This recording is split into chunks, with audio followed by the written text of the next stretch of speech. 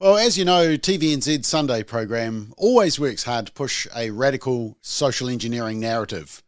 Not generally presenting the debate, but usually pushing a one-sided view. Euthanasia, abortion, conversion therapy, surrogacy, transgendering children with puberty blockers, drug testing, saving the environment by not having babies. And recently they were back, this time with Theybies. Although to be fair, it's actually an old story, one that most people ignore because it illustrates what a friend of mine lovingly refers to as a pandemic of bonkers. Let's check it out.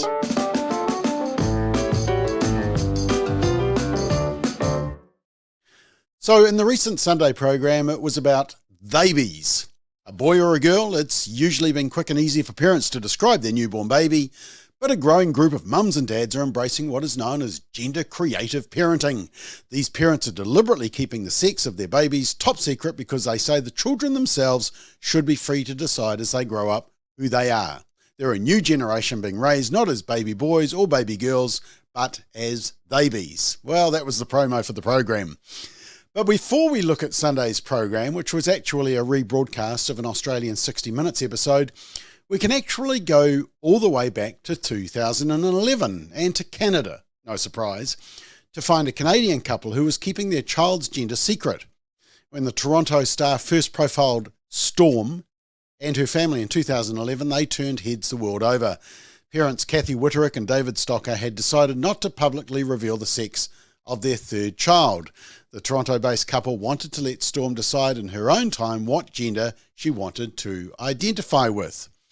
And fast forward to 2016 and an update on the family. And the article says, their eldest child, Jazz, explains the difference. Sex is what between your leg, and gender is what you think of yourself as a person. All three of the Stocker-Witterick children were given a choice of gender identity. Now 5.5 years old, Storm confidently says her preferred pronoun is she. Interview requests poured in from around the world, from NBC, National Geographic, 60 Minutes, Anderson Cooper, Dr. Phil and the Oprah Winfrey Network. Kathy, the mum, works in education and training and supports queer and transgender family programs.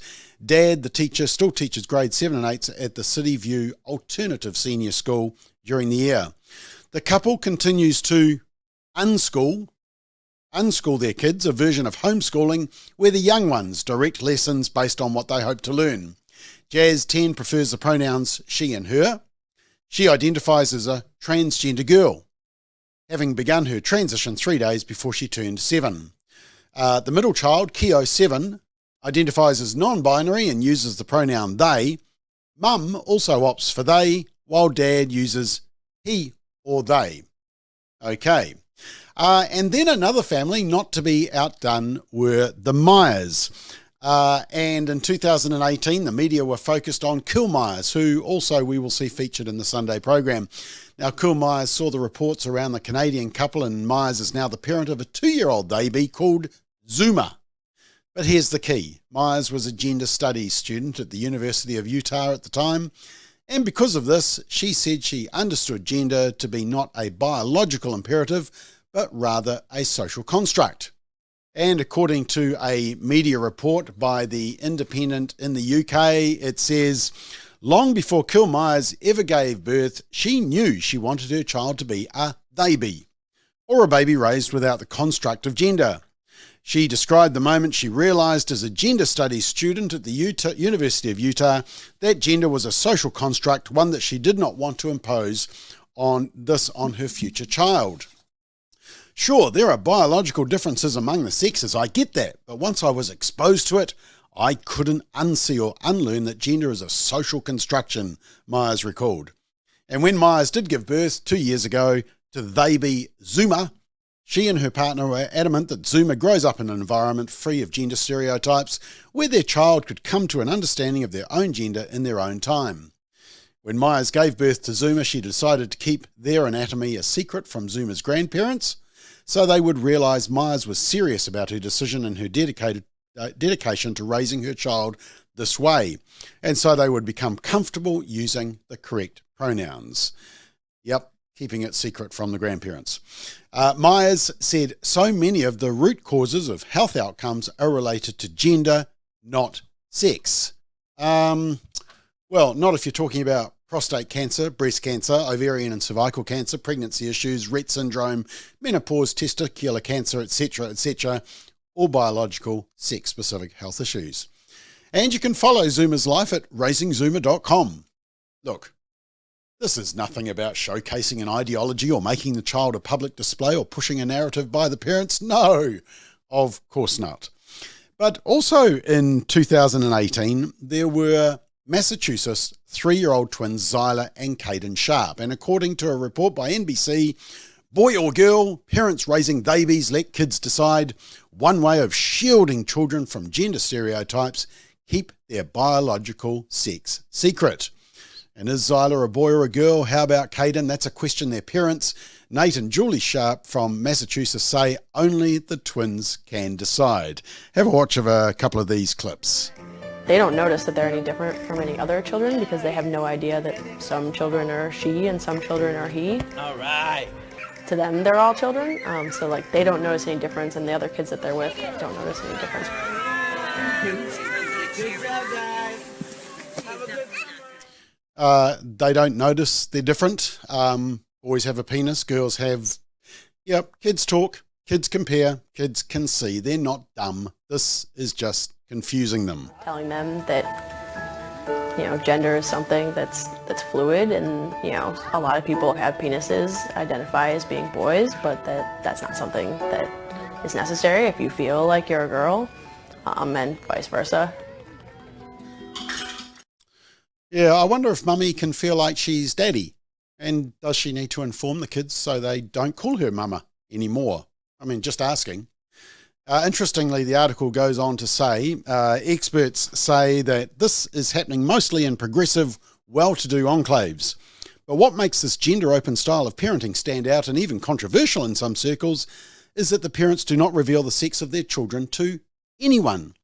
Even the children who are aware of their own body parts and how they may differ from others are not taught to associate those body parts with being a boy or girl. If no one knows a child's sex, these parents theorise the child can't be pigeonholed into gender stereotypes. And the article goes on and says, when the Sharps arrived at the hospital for the delivery, they asked the staff not to announce the twins' sex, even after the newborns were put in their arms. Their anatomy remained a mystery for several hours. Dr. John Stever, Assistant Professor of Pediatrics at the Mount Sinai Adolescent Health Centre in New York, sees gender-open parenting as a way to show children that they will be accepted no matter their identity. And just before we check out the Sunday program, yet another recent story on this as recently as 2021, entitled We're Raising Our Kids with No Gender, My Extraordinary Family. It was featured on the Truly YouTube channel, which seems to be a sort of video version of the Woman's Weekly, the home of incredible life stories. But this one has an added twist. The parents are not 2, it's 3. Yep, check out a couple of these clips. Gwendolyn and Brinifer. They are in a polyamorous relationship, and they all parent Hazel and Sparrow. We have a 2-year-old anti-gender baby and a 10-year-old who is non-binary. They have chosen not to disclose Sparrow's gender. We don't know it yet. It's something that Sparrow's going to have to figure out and then tell us. Please tell us how and why you decided to come out as non-binary. Because the pronouns she and he did not fit. Non-binary was what I turned to, though I do choose to act and look more feminine. Can I go down now? And 2.5-year-old Sparrow has yet to make a choice about their gender. Sparrow, do you want a banana? They're anti-gender, but we're using they, them pronouns. Sure, they have anatomy, we understand it, but that's not indicative of their identity. It's something that Sparrow's going to have to figure out and then tell us before we can tell anyone else. Particularly because it's, something that our parents did and they got it wrong. Almost everyone on this planet are assigned a gender when we're young, and for most people, that identity assignment works well enough, and they find how to make it their own. For those of us who are transgender, that assignment, it was too radically different from what we felt we needed to express ourselves. And that definitely has influenced my views and opinions about gender. At the end of the day, what I think it is something that people get to decide on what it means to them, what it is, and how they express it. Okay. You'll notice in all these cases what Canadian expert Dr. Kenneth Zucker refers to as family noise. Kenneth Zucker in his work found that gender dysphoric behaviour and identity in children can't be addressed without looking at family noise because it seldom manifests in a child isolated from other factors, gender dysphoria, particularly those existing within the family dynamic. And this is strongly verified when observing family interactions of such children as well as their parents' reaction to these children. And look, you can see some of that family noise in all of those stories we've just watched. Transgender themselves, gender studies academic, educated trainer supporter for queer and transgender family programs, etc. So finally to the Sunday program, which as you can see isn't really breaking new ground with the story on Theybies. In fact, it's an old story with very little traction, hopefully. It says Theybies letting young children choose their own gender from 60 Minutes Australia. Now let's just watch a few short clips. We don't know if Bertie is a he or a she, or anything else for that matter. Bertie is a Theybie, because when Amy was pregnant, she and Danny made a controversial decision. So why did you decide to let a child choose their own gender? The experience of having raised Evie and what we saw happen to Evie and the assumptions that were put on Evie as a girl were things that we weren't that comfortable with. I said to Danny, are we going to tell people the sex of Bertie or the baby that we haven't yet had? And Danny was, quite unequivocal. Yes, I said no. I said let's just not tell people. Which was a bit of a shock because it was just a few days before I was giving birth. How hard was it to keep it a secret? Not as hard as we thought it would be, and there was a case of that we thought, people would find out very quickly because we'd have the relentless questioning about it. But after a while, people stop asking, and then they start to make the assumptions one way or the other. Yeah, the parents said that the assumptions we put on Evie 9 as a girl is a problem. So with Birdie, we won't tell people their sex, but Evie is a well-developed, normal girl. So what's the actual issue here? And then it's off to the expert, and it's our gender studies academic from the University of Utah, the guru, apparently. We're not trying to eliminate gender. We're actually trying to show how limitless gender can be, right? And just really helping kids find their own path to it and follow their lead so that they feel comfortable and authentic. In America, someone who knows how it's done is gender creative parenting guru and social scientist Dr. Kyle Myers. 7 years ago, Kyle and her Australian husband Brent had their first baby, Zuma. We didn't assign a gender at birth, and we didn't disclose Zuma's reproductive anatomy to people who didn't need to know.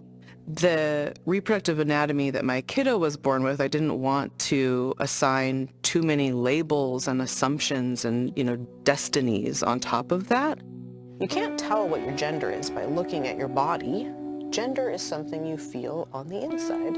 Kyle has become the poster person for this unconventional parenting style, writing a best-selling book about her own experience.